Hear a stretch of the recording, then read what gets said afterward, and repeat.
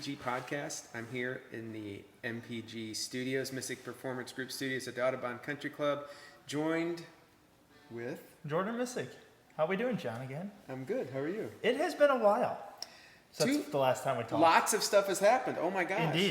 Indeed, a lot of stuff has happened since the last time we talked. I think it's been, what, a month at least, almost? Maybe 2 weeks? I don't know if it's been...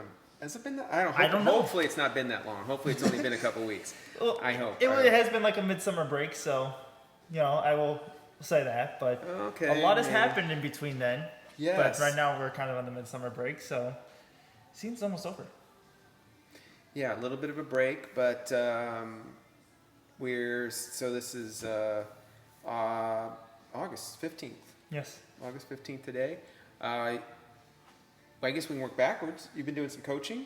Indeed, yes. Driver development? Driver coaching down at the kart track recently. Had a huge kart race down there last weekend. Had to coach two very young talented boys who are coming up to the rankings, and one young girl who's still seeking her first podium in there. But she's coming on strong. I think she'll be getting her first podium here soon.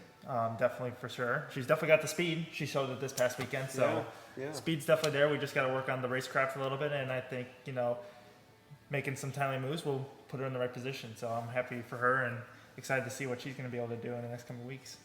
Yeah. I mean, you're just great with these young drivers. And it's cool to see you out there working with them and them listening to you and trying to emulate what you've created down there and started when you were years ago when you were down at the kart track before your career has just skyrocketed.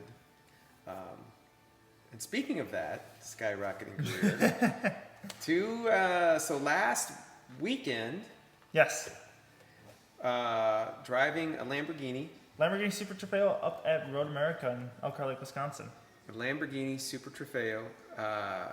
We've shown pictures of that car before. Pretty amazing car. 600 horsepower? 620 horsepower, yes. 620 horsepower.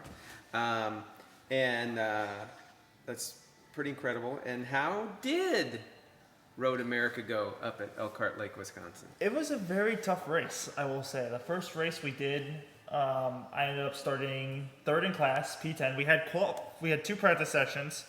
Was third in practice one and then the fastest in practice two. We threw on new tires for practice two. But I was the fastest in practice two, and then we went into qualifying. But qualifying got rained out due to rain and lightning in the area. So they originally were going to go off of championship points, which I was hoping they wouldn't, because me not doing the full-time season, I was not grabbing all the points, and plus we just missed a race out at Watkins Glen, so I wasn't getting those points. So I was going to be somewhere mired off in the way further back. But they went ahead and went off of practice one speed, which I think was the right move, just based off of all the cars were there. And some cars may not have been there who could have been high up in points, and some cars just weren't attending. So I think it was smart to go off of the cars that were there and do the practice one speeds, which fortunately for me, I was third quickest, 10th overall. So that's where I got to start the first race. And I just had to try my best to kind of pick my way through the field a little bit, battled with some of the Pro-Am guys. So I knew I had the pace and had the car to do it based off of practice too, but we just had to put together the perfect race, hit the marks right, and make our moves in a very timely manner. And lo and behold, I was able to get my first win in Pro-Am. I know. Congratulations. That's very cool.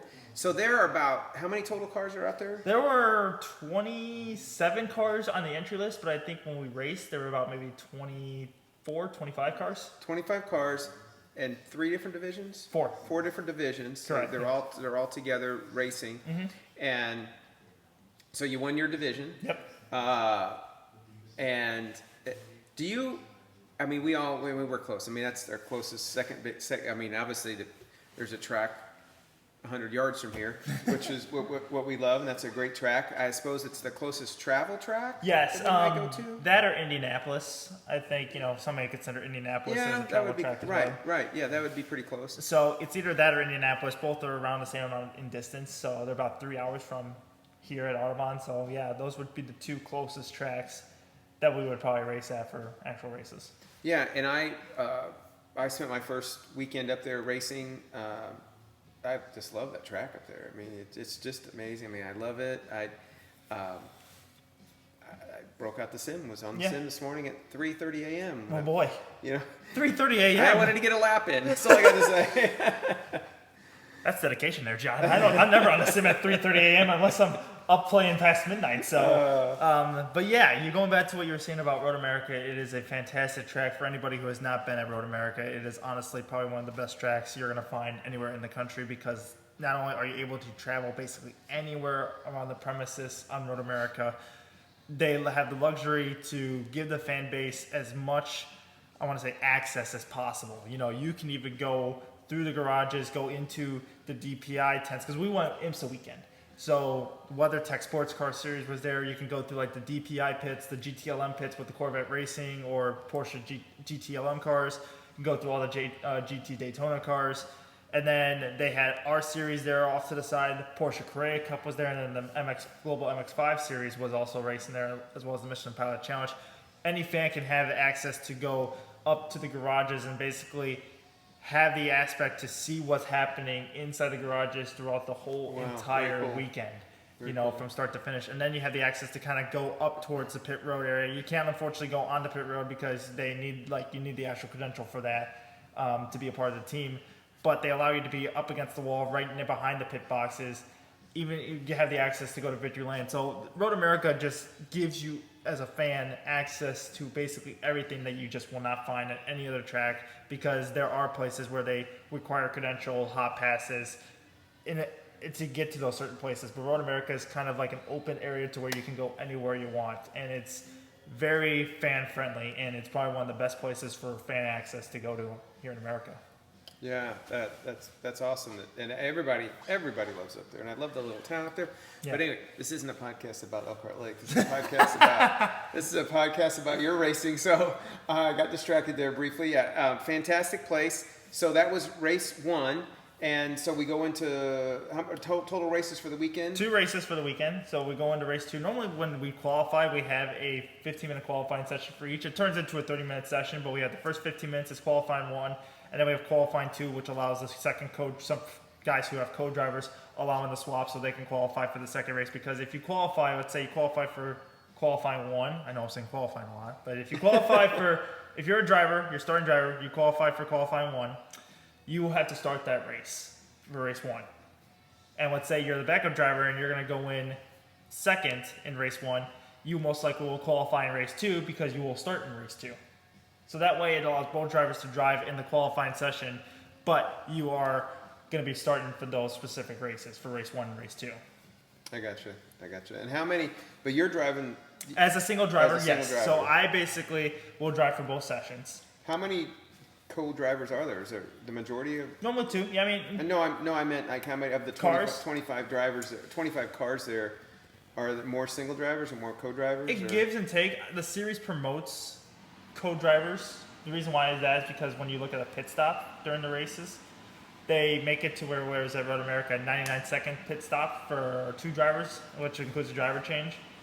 But for a single driver like me, it was 102 seconds, which is a 3-second difference in split when you look at the racetrack. So, which is a lot on the racetrack. So they've tried to promote co-drivers that way you can have that buffer and you're not getting that penalty of being put behind. Yeah. So and plus with sports car racing, they promote to have co-drivers in that aspect because they want to kind of like an endurance event a little bit. So I would say maybe half the field and maybe 3/4 of the field would be co-driver based. Okay. A lot of the Lamborghini Cup drivers, which is LB Cup, will tend to be by themselves and do the races, or even some of the amateur drivers. But when you look at the pro category, there's maybe 1 or 2, maybe 3 guys who do the races all by themselves. Everybody else has 2 drivers, especially in the pro category as well. So it's kind of a mixed balance in the field. You'll see a couple people do it, or do 2 drivers, and a couple people will do 1 drivers. But I think there are more co-drivers than there would be single drivers. Interesting. Okay, so Sunday comes race 2. Yes. How's the weather? Holds. It's good weather. It was very interesting weather up there. The first day didn't rain really that much, which was on Thursday. Friday it rained a little bit towards the end of the day, and then rained a lot actually when we got to qualifying. after the first race on Saturday, it rained right as the race ended. Like we were doing podium ceremonies for the first race, and then boom, a rainstorm just hit right afterwards. So We just got the race in. And then for us, when race 2 happened, it started to sprinkle a little bit towards the end of the race, but it stayed dry for most of the race.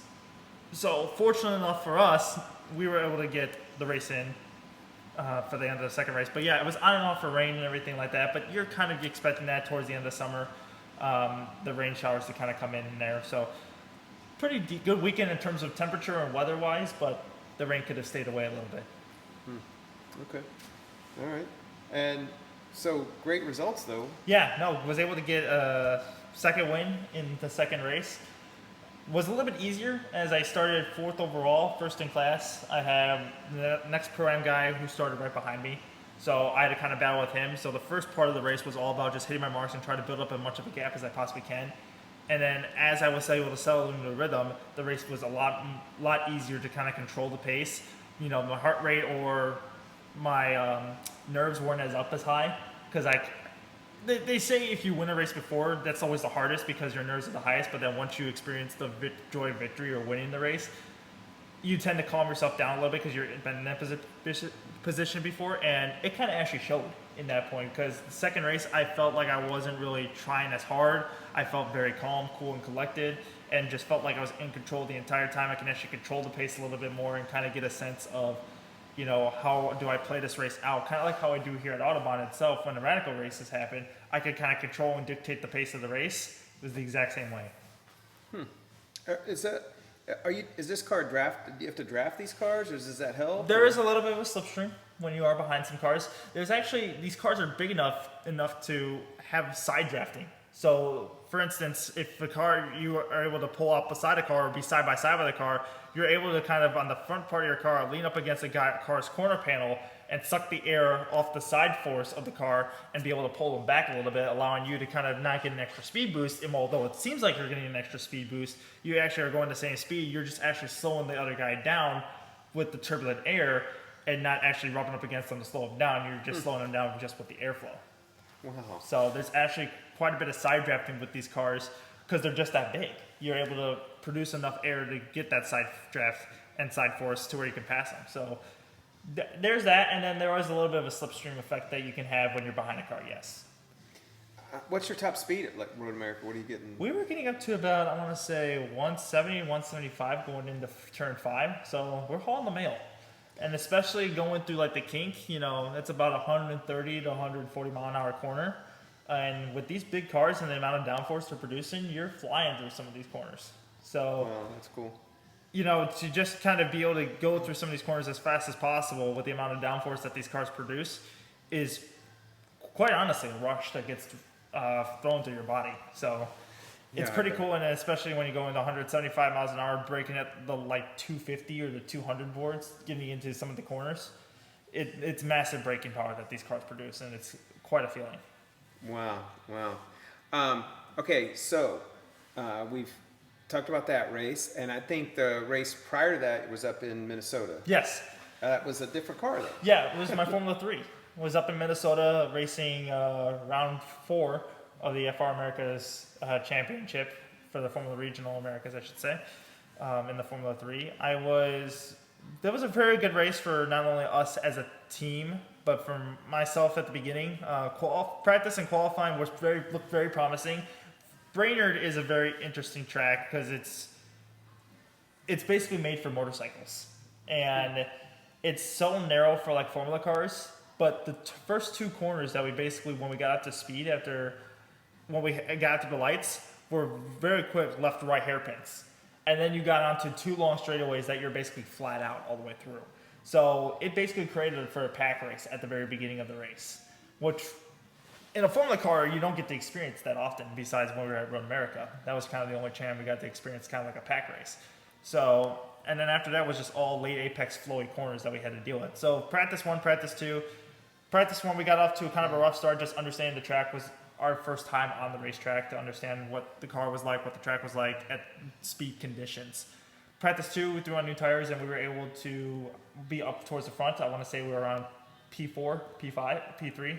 So It was us and the Crosslink Kiwi cars, Newman Walks Racing and Crosslink Kiwi, that were kind of showing the pace. Crosslink was like 1 and 3, Newman Walks was 2 and 4. So it was going to be a battle of the teams. They were showing good straight line speed where we had a little bit more downforce in the car to show a little bit more corner speed. So it there was a little bit of a trade-off and balance that way. Yeah. So it provides a very interesting race format for that. The start, we were actually able to get off really well. My teammate Ian was actually able to get off to a good early jump. And then I was kind of settled in the third spot. And then one of the Crosslink cars had a little bit of a problem. I then was able to move up to the second. I was then battling with one of the TJ Speed cars who was the championship leader. Unfortunately, had a little bit of a mistake, kind of went off the track a little bit, and then I rejoined back in the fourth spot. One of the Crosslink cars then got by us, but I was able to finish fourth, and my teammate ended up to go on to win the race. So it was a good weekend. I would say good first race for the Newman Walks team.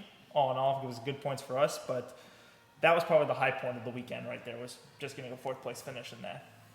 Oh, very cool. So now, what's new? What's coming up here? So we're just trying to figure out what we want to do for the rest of the year. There's a couple races that we have marked on our calendar. Obviously, there's potential for us to finish out the Lamborghini Super Trofeo Series, which are the last two races, which would be Laguna Seca out in California and Mazzano out in Italy. Yeah, pretty so cool. That would be the first race overseas that I potentially could do. So those two races we're still looking very hard into doing, but I think they could be potential races for us to do. The last two races at the FR Americas Championship are going to be at VIR in late September, I believe, and then Circuit of the Americas in November, but I'm hoping that gets pushed up a week if F1 cancels and we could potentially be with Formula One that weekend. So that would be a cool treat to be with Formula One at COTA. Yeah, that would be very cool. And then we might be able to go ahead, we might add one last race to our calendar and maybe potentially do the Indy Pro race out at Mid-Ohio. But, that's kind of still in the works to potentially do. That's a track or a race that's kind of circled on the calendar as a possible maybe race. But we're just trying to work out the kinks in that one to make that deal happen. Oh, outstanding. Well, always exciting to catch up. Yes. Thanks for filling us in on what you've been doing, all the continued success that you have. Yes. We like to thank the sponsors, right? Absolutely. Audubon Country Club, as always, they've been able to sponsor me through everything I've done in racing. And I couldn't thank them enough. And I'm hoping in the next coming months or in the weeks, hopefully, that we can add more partners and sponsors to the Jordan Mystic Racing Foundation and fund this one. So, everything's kind of coming together. We have a little bit of a plan together, and I think we got some people that might be coming on board. So we're just hoping that it all works out and hoping some viewers of the podcast potentially can look at this and want to get interested in getting involved as well. Right. So the best way to get involved with Jordan Mystic, there's lots of things that come in. I mean, if you're a race fan and you're a sponsor, yes, you get to attend these races, right? You get to go to these races. You get a little inside, inside view of what's going on, and you get to see the car and see you, and it's pretty cool, and get a lot of time with you to understand exactly how the racing works and driving and everything else, right? Yeah, no, they get to see the ins and outs of how the motorsports work. It's basically a traveling circus, so they get to see how the whole circus works from from build up to tear down, on how the weekend happens and what goes on inside the weekend. Because it's more than just getting in the car, driving, getting out, debriefing, done. It's more than just that. There's a lot more that goes to it, and there's a lot more that can be done and that happens at the racetrack besides just being underneath the tent and working on the car itself.